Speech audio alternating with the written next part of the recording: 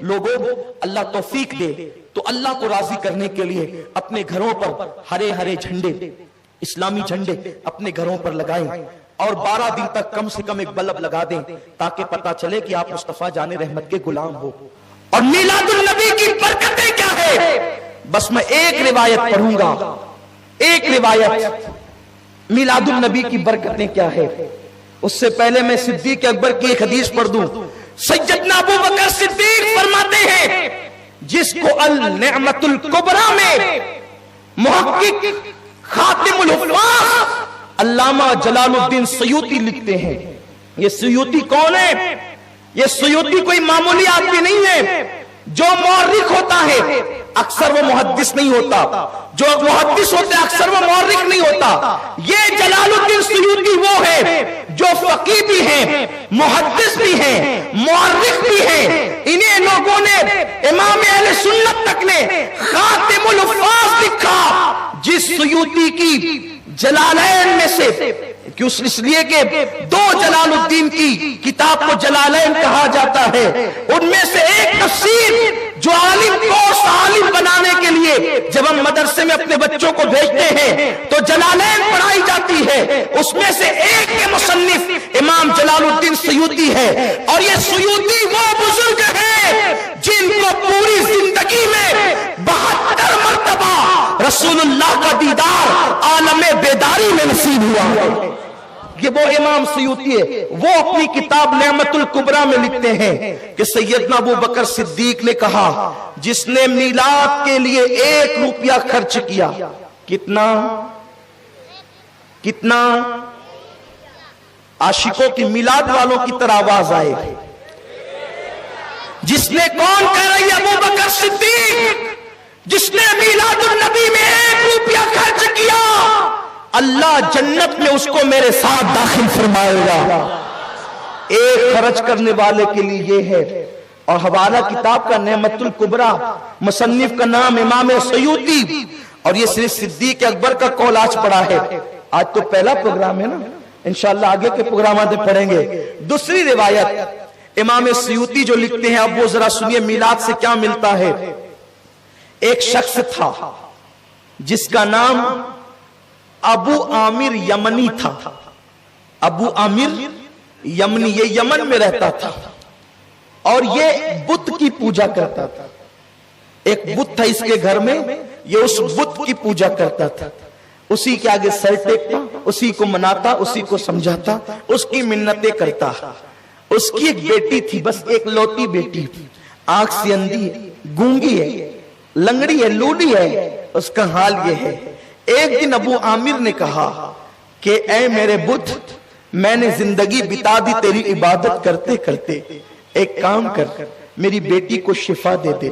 لیکن بت میں کہاں طاقت، جو پتھر سے بنا وہ نہ شفا دے سکتا ہے نہ بیماری دے سکتا ہے۔ اس نے کوئی جواب نہیں دیا، وہ گڑ گڑ آتا رہا۔ یہ چھت پر اپنی بیوی کے ساتھ بیٹھا اور بیٹھ کر کہتا ہے اب ہم نے اس خدا کو چھوڑ دینا ہے، اب ہمیں حق خدا کی تلاش کرنا ہے، معبود برحق کی تلاش کرنا ہے۔ چلو ہم ڈھونڈیں گے اس راہ میں، اگر تم نے میرا ساتھ دیا تو ٹھیک ہے، اور اگر تم نے ساتھ نہیں دیا تو میں اکیلا جاتا ہوں۔ میاں بیوی کی محبت بڑی گہری تھی۔ ابو عامر کو اس کی بیوی نے کہا تم اکیلے نہیں، میں بھی تمہارے ساتھ چلوں گی۔ ابھی وہ دونوں باتیں کر رہے تھے کہ اس وقت رات ڈھلتی جا رہی تھی۔ میاں بیوی محبوب و محب کی باتیں اس قدر طول پکڑتی چلی گئی کہ رات ڈھلتی چلی گئی اور رات کا آخری پہر آ گیا۔ جب رات کا آخری پہر آیا تو وہ رات کون سی تھی؟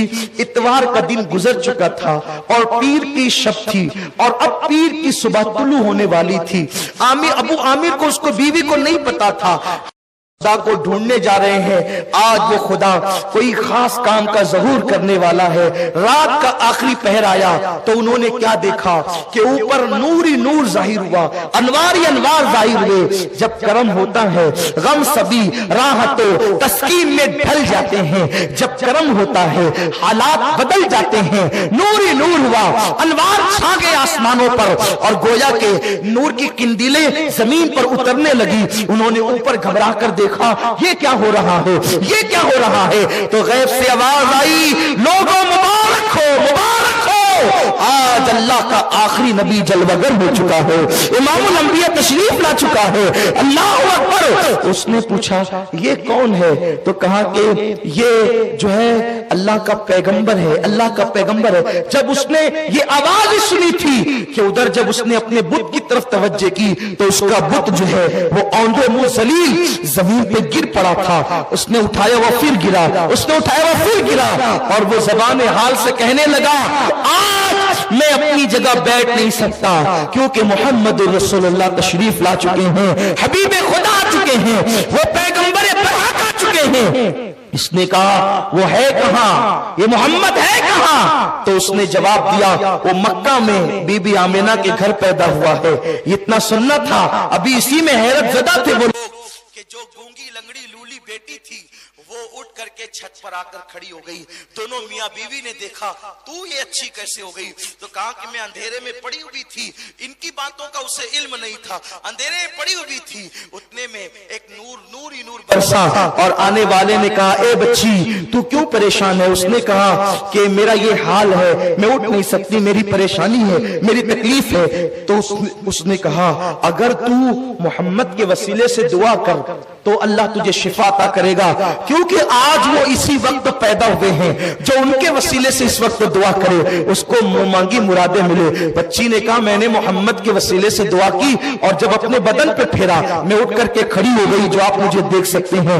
وہ اپنی بیوی کو لے کر، اپنی بچی کو لے کر مکے کی طرف روانہ ہو گئے۔ ابھی حضور نے اعلان نبوت نہیں کیا ہے، حضور کی ولادت ہی ہوئی ہے، جشن آمد رسول ہی ہوئی ہے، آقا کی آمد ہی ہوئی ہے، میلاد النبی ہی ہوئی ہے۔ یارو اگر یہ بات نعمت الکبریٰ میں نہ لکھی ہو ہم آپ کو غلامی لکھ سکتے ہیں، لیکن کتاب بتانا اپنا کام ہے۔ جب کتابوں میں یہ بات لکھی ہوئی ہے تو پھر کیا ہے؟ لوگ منکر کیوں ہیں، انکار کیوں کرتے ہیں؟ ابھی حضور نے نبوت کا اعلان نہیں کیا ہے، یہ شخص مکہ پہنچا، لیکن جب مکہ پہنچا تو چونکہ مکے کے اندر تو ایک عجیب کوہرام بپا تھا، کیونکہ لوگ اپنی آنکھوں سے دیکھ چکے ہیں وہ کعبہ جو دور ابراہیم سے جامد و ثاقب کھڑا ہے، وہ کعبہ 3 دن تک جھوم رہا ہے، 3 دن تک جھوم رہا ہے، کعبہ جھوم رہا ہے۔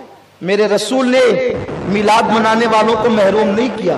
دیکھو کعبے نے میلاد منائی، بھائی جمعہ کے نہیں جمعہ، میلاد منائی کعبے نے، حضور نے اس کو مسلمانوں کا قبلہ بنا دیا، اور اس کے اندر بت کی آلائش تھی وہ سب پاک کر دیا۔ 3 دن تک کعبہ جھومتا رہا، اور حضرت آمینہ کے گھر کی طرف جھکتا رہا۔ وہ حضور کی طرف کیا جھکا؟ حضور نے کہا ہم کسی کا احسان توڑی رکھتے، تو ہماری طرف 3 دن جھکا، قیامت تک دنیا تیری طرف جھکتی رہے گی۔ لوگوں تم آج ذلیل اس لیے ہو رہے ہو، تم سب کی طرف احترام سے جھکنا چاہتے ہو، حبیب خدا کی طرف نہیں۔ حیرت ہے، حیرت۔ آخر ہمیں پیسوں کی محبت اسی وقت تو ہمارے دل میں کیوں ٹھاٹے مارتی ہے جب حضور کی بات آتی ہے؟ ہم سب کے نام پہ تو خرچہ کرتے ہیں۔ ماں باپ حج کو گئے، مالیگاؤں میں کون سی چوکھٹ ہے؟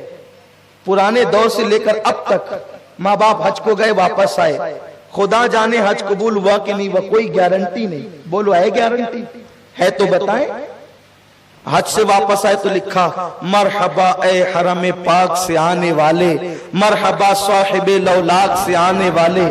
لائٹنگ لگ گئی، اور جنہوں نے یہ نہ لکھا کم سے کم لائٹنگ تو لگاتے ہی ہیں۔ بولو ہے کہ نہیں؟ لگاتے نا بھائیوں۔ میں تم سے پوچھتا ہوں کیوں لگ رہی ہے؟ بولے میرے ابا جی آ رہے ہیں۔ کہاں سے؟ حرم سے۔ میں نے کہا نادان، باپ حرم سے مقبول ہو کیا ہے کہ مردود ہو کیا ہے کوئی گارنٹی نہیں ہے۔ پھر تو باپ کے لیے لائٹنگ لگاتا ہے، اور وہ حرم والا رسول آیا۔ بولو یہ نبی پہ ظلم ہے کہ نہیں ہے؟ ہر ایک کے لیے روشنی، رسول کے لیے کیوں نہیں؟ رسول اللہ کی آمد کے لیے کیوں نہیں؟ جس کا حج مقبول ہے کہ مردود کوئی گارنٹی نہیں، ہم اس کے لیے لائٹنگ لگاتے ہیں۔ ممکن ہے مجھ سے یہ سن کر کے کوئی یہ فیصلہ کر لے اب نہ لگائیں گے، لیکن جو لگا چکا اس کا کیا؟ بیٹی کے منڈپ میں تو لائٹنگ لگتی ہے، بیٹے کے منڈپ میں تو لگتی ہے، لوگوں جو رسول ہماری شفاعت کریں گے۔ بہرحال گفتگو ختم کروں۔ وہ جب مکہ پہنچے تو مکہ میں بڑا کوہرام تھا، یہودی تلملا اٹھے تھے، کیونکہ ایک یہودی جو مکے میں رہنے آیا تھا خاص طور پہ اسی ماحول کے لیے کہ وہ مکے میں پیدا ہوں گے. اس نے کہا جو تارا نبی کے پیدائش پہ طلوع ہوتا ہے وہ تارا طلوع ہو گیا ہے. دیکھا میلاد کتنی اہم ہوتی ہے. تارے بھی ہر دن ایک ایک طلوع نہیں ہوتے, کچھ تارے وہ ہیں جو نبی کی آمد پر طلوع ہوتے ہیں. یہ تو حدیث ہے نا. تب اللہ وہ تارا کیوں طلوع کرتا ہے نبی کی آمد پہ؟ ارے وہ خدا ہے, تارا چمکاتا ہے. ہم تارے نہیں چمکا سکتے, کم سے کم خدا کی سنت میں لائٹ ہی لگا دیتے ہیں. اللہ تو قدرت والا ہے, تو تارے چمکا سکتا ہے, ہم تو تارے بنا بھی نہیں سکتے, چمکا بھی نہیں سکتے. یہ حدیث ہے, حدیث پاک ہے, یہ بھی ہم آپ کو بتا سکتے ہیں. نبی کی پیدائش پر جو تارا طلوع ہوتا ہے وہ آج طلوع ہو گیا. کیا تمہارے یہاں کسی کے گھر میں بچہ پیدا ہوا؟ اس وقت پورے مکے میں حضرت عبداللہ کے گھر بیٹا پیدا ہوا تو لوگوں نے کہا عبداللہ کے گھر پیدا ہوا, عبد المطلب کے بیٹے کے گھر. جب وہ گیا تو جا کر کے اس نے کہا ذرا مجھے دکھائے نا. تو جب دکھایا تو کہا ذرا اس کی پیٹھ دکھاؤ. جب آقا کی پیٹھ دکھائی تو پیٹھ پر مہر نبوت تھی. وہ بے ہوش ہو کے زمین پہ گر پڑا, بے ہوش ہو گیا وہ. اور جب ہوش آیا تو لوگوں نے پوچھا ہوا کیا؟ اتنے بچے تنہیں پیدا ہوتے دیکھے, ہوا کیا؟ کہا کہ نبوت بنی اسرائیل سے بنو اسماعیل میں آ گئی اور یہ اللہ کا آخری نبی ہے, اور اس کے ذریعے سے اے مکے والو تم سب کے سردار بنا دیے جاؤ گے. حضور کی ولادت کوئی معمولی واقعہ نہیں ہے, یہ سب احادیث ہے, اور یہ سب احادیث معتبر کتابوں میں ہیں. تو یہ سب چیزیں ہو چکی تھی. حضرت عبد المطلب نے کہا آمنہ اب کسی کو بچہ دکھانے کی ضرورت نہیں, ورنہ وہ قتل کر دیں گے ہمارے بچے کو. اور بہت سے آثار, بہت سے معاملات دیکھے گئے. جب یہ تینوں آئے انہوں نے کہا کہ آمنہ وہ بچہ دکھا. کہا دیکھو میرے سسر نہیں ہے, اس لیے میں تمہیں ایک جھلک دکھاؤں گی اور جلدی سے چلے جانا, ورنہ انہوں نے مجھے منع کیا ہے. جب یہ آئے اور آ کر کے حضور علیہ السلام کا دیدار کیا تو ابو عامر یہ کہتا تھا, اس کی بیوی بیان کرتی ہے, سیدہ آمنہ نے بیان کیا ہے, ابو عامر یہ کہتا تھا کہ یہ بچہ اتنا خوبصورت ہے, ایسا حسن والا بچہ میں نے دیکھا نہیں. اور اس کے بعد وہ حضور کے پیر پکڑ لیا اور اپنے سینے پر لگا لیا, اور اسی حالت میں وہ زمین پہ گر پڑا. اور جب زمین پہ گرا ہے تو پھر اس کو ہوش نہیں آیا, اسی حالت میں کفس عنصری سے اس کی روح پرواز کر گئی. یہ حضور کی میلاد ہے, لوگوں نے جان دی ہے. لوگوں اللہ توفیق دے تو اللہ کو راضی کرنے کے لیے اپنے گھروں پر ہرے ہرے جھنڈے, اسلامی جھنڈے اپنے گھروں پر لگائیں, اور 12 دن تک کم سے کم ایک بلب لگا دیں تاکہ پتا چلے کہ آپ مصطفیٰ جان رحمت کے غلام ہو. اور میلاد النبی صلی اللہ علیہ وسلم منائیں, جلوس میں شرکت کریں, ساری چیزیں کریں, آوارہ گردی نہ کریں, خرافات سے بچیں, اور اپنے اوپر لازم کر لیں. 2 دن تو گزر گئے, تیسری شب آ گئی. روزانہ کم سے کم 1000 مرتبہ آقا پر درود پڑھیں 12 دنوں تک. شرمائے نہیں, ہاتھ میں وہ بٹن والی تسبیح رکھ لیں یا تسبیح رکھیں, کوئی شرمانے کی بات نہیں, پڑھتے رہیں, اس لیے کہ یہ وہ دن ہے سوئے ہوئے مقدر بیدار ہوں گے. آقا نے کتنا ہم پہ کرم کیا, وہ نہ آتے تو یہ رانائیاں نہ ہوتی. 1000 مرتبہ آقا پر درود روزانہ پڑھے 12 دن تک کے. کسی نے ڈاکٹر اقبال سے کہا تھا, اقبال تیری شاعری میں اتنی چاشنی کیسے, تیری شاعری میں اتنی چاشنی کیسے؟ اس لیے کہ مرزا غالب اقبال سے بڑے شاعر ہیں, لیکن غالب کو اتنا نہیں پڑھا جاتا. غالب مغلوب ہے اقبال کے سامنے. فن کے اعتبار سے غالب بہت بڑا شاعر ہے, لیکن ڈاکٹر اقبال کو جتنا پڑھا گیا پڑھا جاتا ہے اتنا کسی کو نہیں. تو اقبال کہتے ہیں میں نے 1 کروڑ مرتبہ اپنے نبی پہ درود پڑھا ہے, اس کے بعد اپنی شاعری کا آغاز کیا ہے, تو اللہ نے میری شاعری میں وہ اثر پیدا فرمایا.